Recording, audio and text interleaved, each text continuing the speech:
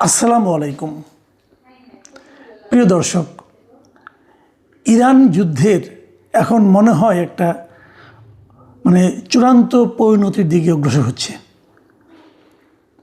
দুটো বিষয় আপাত দৃষ্টিতে মনে হচ্ছে যে ট্রাম্প বুঝি পিছু হটছেন কেন? এই দুদিন আগে গত শনিবার ট্রাম্প হুমকি দিয়ে বলেছিল, যদি পারস্য উপসাগরের এই গুরুত্বপূর্ণ যে সমুদ্রপথ হরমুজ প্রণালী যেটাকে আমরা বলি, যে হরমুজ প্রণালী দিয়ে পৃথিবীর সমস্ত তেলবাহী জাহাজগুলোর 20% ওই পথ দিয়ে যাতায়াত করে, সেই হরমুজ প্রণালী যদি উন্মুক্ত করে দেওয়া না হয় সকলের জন্য, তাহলে ট্রাম্প 48 ঘন্টার মধ্যে ইরানের যে বিদ্যুৎ কেন্দ্রগুলো আছে সেগুলো ধ্বংস করে দেবেন। এটা কিন্তু একদম এমনি ফাঁকা আওয়াজ না। ট্রাম্প পারবেন, না পারার কোনো কারণ নাই। তার সেই অস্ত্র, তার সেই ক্ষেপণাস্ত্র আছে। কিন্তু তার জবাবে ইরান কি বলল? ইরান তাৎক্ষণিকভাবে বলল যে ট্রাম্প যদি এই কাজটা করেন তাহলে পুরো মধ্যপ্রাচ্য অন্ধকার হয়ে যাবে। কারণ হলো যে ট্রাম্পের অনুগত এবং ট্রাম্পের আপনারা কি বলতে পারেন, একান্ত অনুগত যে আরব দেশগুলো আছে ইরানের আশেপাশে, ইরান হুমকি দিয়ে এবং তাদের একটা ম্যাপ ইরান প্রকাশ করলো, যে ম্যাপের মধ্যে এই সৌদি আরব, বাহরাইন, কাতার, কুয়েত, এই সব দেশের যে ওদের যে বিদ্যুৎ কেন্দ্রগুলো কোথায় কোথায় আছে সব ম্যাপে তারা দেখিয়ে দিল।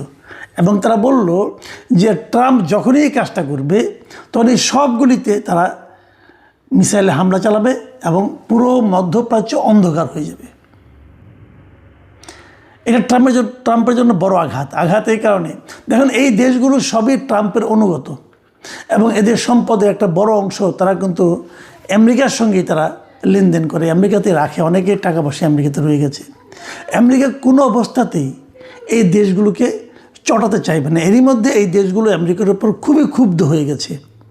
তারা বলা শুরু করেছে যে তোমরা আমাদের তো রক্ষা করতে পারলা না, তাহলে তোমাদের জন্য আমাদের এখানে আমরা ঘাঁটি বানাতে দেবো কেন? এই যুদ্ধের পরে অনেক ঘাঁটি হয়তো এখান থেকে সরে যাবে, তারা সরে যেতে বলবে। তখন আমেরিকার কিন্তু এই জায়গার উপর কোনো নিয়ন্ত্রণই থাকবে না। যে কারণে এটা কিন্তু ট্রাম্পের জন্য একটা বড় হুমকি। এবং ওরা এটাও বললো যে ইসরায়েলেরও যে বিদ্যুৎ কেন্দ্রগুলো আছে এগুলো তারা ধ্বংস করে দেবে। এবং ইসরায়েলের এটা যে ইরান পারবে তার সক্ষমতা এরই মধ্যে ইরান দেখিয়েছে। যেমন যুক্তরাষ্ট্র এবং যুক্তরাজ্য, এই দুই দেশের যে সামরিক স্থাপনা ছিল ইরান থেকে 4000 কিলোমিটার দূরে, সেখানেও কিন্তু ইরান তার মিসাইল হামলা চালিয়েছে। তারা দেখিয়েছে তারা 4000 কিলোমাইল দূরেও লক্ষ্যবস্তুতে আঘাত করার মতো অস্ত্র তাদের কাছে আছে। এবং যে আয়রন ডোম নামে একটা প্রতিরক্ষা অস্ত্র ছিল ইসরায়েলের, যার তারা খুবই গর্ব করত, যে ইসরায়েলের আকাশে যে কোনো ক্ষেপণাস্ত্র আসুক, যে কোনো মিসাইল আসুক, আয়রন ডোম দিয়ে তারা সেটাকে ধ্বংস করে দিতে পারত। সেই আয়রন ডোমও কিন্তু ইরানের এই সমস্ত মিসাইলগুলোকে থামাতে পারছে না। আর ইসরায়েলের যে পারমাণবিক স্থাপনা যে জায়গাগুলোতে আছে তার অতি কাছে ইরান কিন্তু তার মিসাইল হামলা করে প্রমাণ করে দিয়েছে তারা ইচ্ছা করলে অনেক কিছুই করতে পারে। এই অবস্থায় ট্রাম্প পিছু উঠেছেন। তার 48 ঘন্টা শেষ হওয়ার কথা ছিল সোমবার সন্ধ্যা 7:44। কিন্তু তার আগেই ট্রাম্প একটা বিবৃতি দিয়েছে। ওনার যে নিজস্ব একটা আপনার সামাজিক মাধ্যম আছে ট্রুথ সোশ্যাল নামে, সেই ট্রুথ সোশ্যালে উনি লিখেছেন যে না, ইরানের সঙ্গে আমাদের ফলপ্রসূ আলোচনা চলছে এবং এই আলোচনার জন্য আমরা 5 দিন সময় আরও বাড়ালাম। এই 5 দিনের মধ্যে চলাচল অবাধ করতে হবে। এখন কি আলোচনা হচ্ছে, কোথায় আলোচনা হচ্ছে, কীভাবে আলোচনা হচ্ছে? মার্কিন সংবাদ মাধ্যমগুলো বলছে যে 3টা দেশের মধ্যস্থতায় এই আলোচনা চলছে। সেই 3টা দেশ কে? টার্কি, ইজিপ্ট এবং পাকিস্তান। তুরস্ক, মিশর এবং পাকিস্তান, এই 3টা দেশের মধ্যস্থতায় ইরানের সঙ্গে যুক্তরাষ্ট্রের একটা আলোচনা চলছে। এইটা যখন CNN প্রকাশ করলো এই খবরটা, ইরানের পক্ষ থেকে স্পষ্ট বলা হলো যে যুক্তরাষ্ট্রের সঙ্গে তাদের কোনো ধরনের কোনো আলোচনা চলছে না।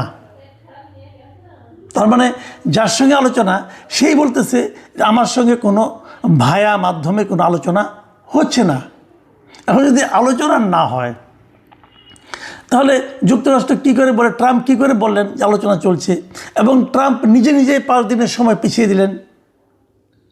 এখন এই জায়গাটাতে অনেকে মনে করতে পারেন যে এটা হয়তো ট্রাম্প পিছু হচ্ছে, হয়তো ট্রাম্প আর তার আগের জায়গায় থাকতে পারছে না।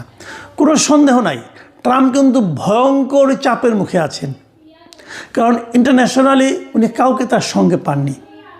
ইউরোপিয়ান কান্ট্রিগুলো স্পষ্ট বলে দিয়েছে যে এটা আমাদের যুদ্ধ নয়, এই যুদ্ধ আমরা শুরু করিনি, কাজে এই যুদ্ধে আমরা যাব না। ট্রাম্প তাদেরকে বলেছিল যে হরমুজ প্রণালী যেটা আছে ওটাকে ক্লিয়ার করার জন্য তোমরা তোমাদের যুদ্ধ জাহাজ এখানে পাঠাও।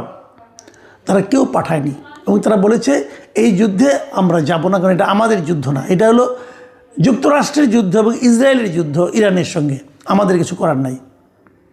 এবং এই জন্য ন্যাটোভুক্ত ওই দেশগুলোকে ট্রাম্প সরাসরি কাওয়ার্ড মানে কাপুরুষ বলে অভিহিত করছে, ওরা একদম কাপুরুষ অমুক তমুক এগুলি বলছেন। কিন্তু এগুলো বলে কোনো লাভ হচ্ছে না, কেউ আসছে না। আর ট্রাম্পের নিজের দেশ, আপনারা জানেন গত সপ্তাহে পেন্টাগন মানে ওদের যে সামরিক যে হেড অফিস, সেখান থেকে ট্রাম্পের কাছে মানে গভর্নমেন্টের কাছে অলরেডি $200 বিলিয়ন চেয়েছিল যে যুদ্ধের পরবর্তী স্তরগুলোকে নিয়ে যাওয়ার জন্য। এখনও এটা তারা পায়নি।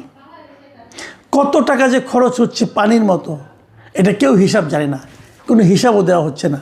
তবে একটা হিসাব পাওয়া গেছে, ফরচুনে একটা হিসাব আমি পেলাম, তাতে বলা হলো যে ট্রাম্প এসে বলেছিল, ট্রাম্পের কিন্তু আপনাদের মনে আছে মেক আমেরিকা গ্রেট অ্যাগেইন, উনি একটা স্লোগান দিয়েছিলেন যে আমরা দ্বারা সারা দুনিয়ার অন্য কোনো দেশের সঙ্গে কোনো মারামারি যুদ্ধ টুদ্ধ এগুলোতে আমরা যাব না, আমরা আমেরিকার স্বার্থ চিন্তা করব এবং আমেরিকাকে আবার আগের অবস্থায় মানে খুবই ভালো অবস্থায় নিয়ে আসবো এবং আমরা টাকা পয়সা বাইরে অপচয় করব না বলেছিল বটে।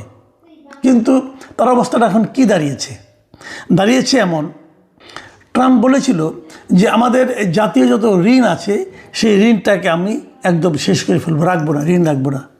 বাস্তবতা কি হয়েছে, তার সেই শপথ করে বলেছিল, কিন্তু তার সেই শপথের পর তাদের জাতীয় ঋণ এখন $39 ট্রিলিয়ন পৌঁছেছে, যা কিনা সে যা প্রতিজ্ঞা করেছিল ওই সময়ের তুলনায় প্রায় দ্বিগুণ।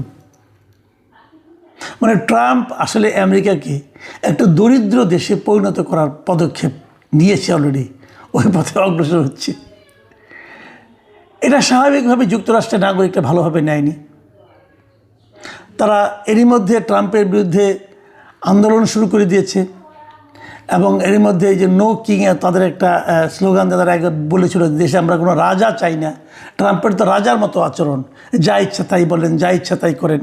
এর বিরুদ্ধে অলরেডি 29 তারিখে তারা কিন্তু 7 মিলিয়ন মানুষের একটা পদযাত্রার আহ্বান জানিয়েছে, সেটাও বোধহয় খুব শিগগিরই হতে যাচ্ছে।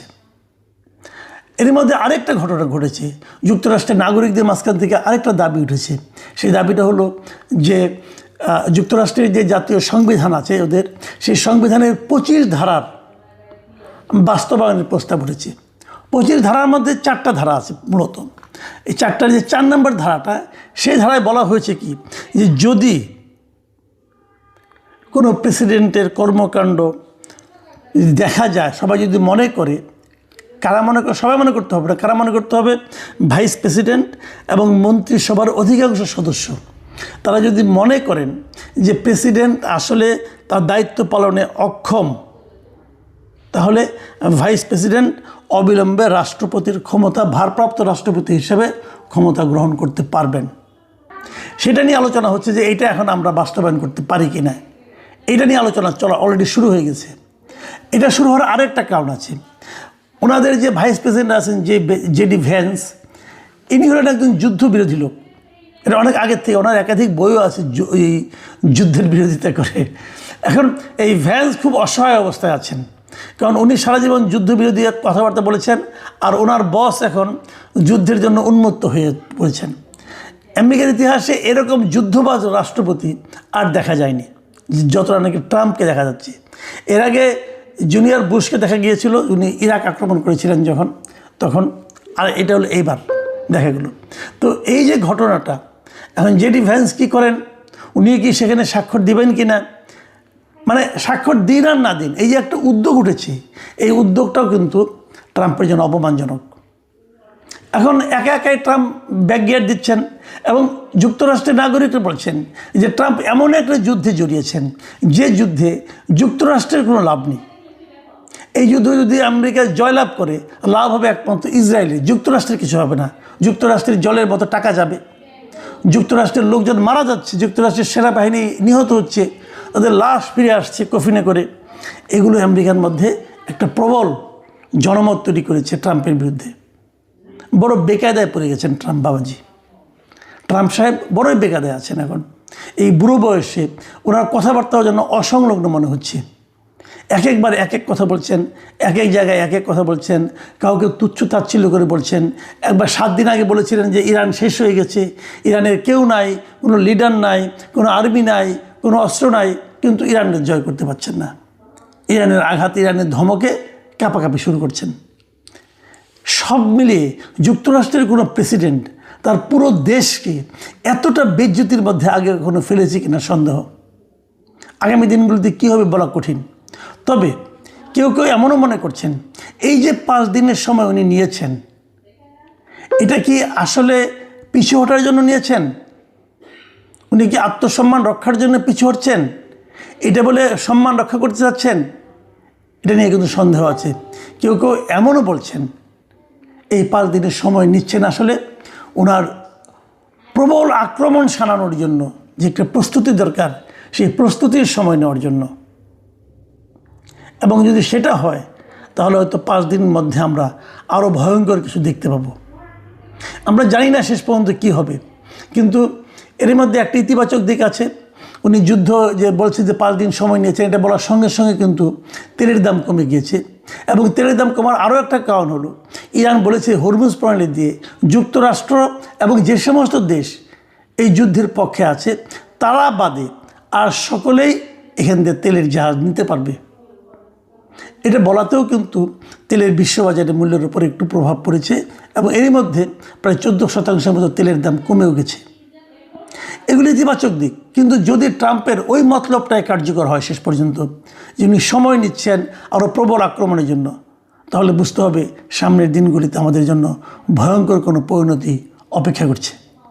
একজন পাগল লোকের হাতে বিশাল ক্ষমতা পড়লে কি হয় তার নমুনা বোধহয় আমাদেরকে সামনের দিনে দেখতে হতে পারে।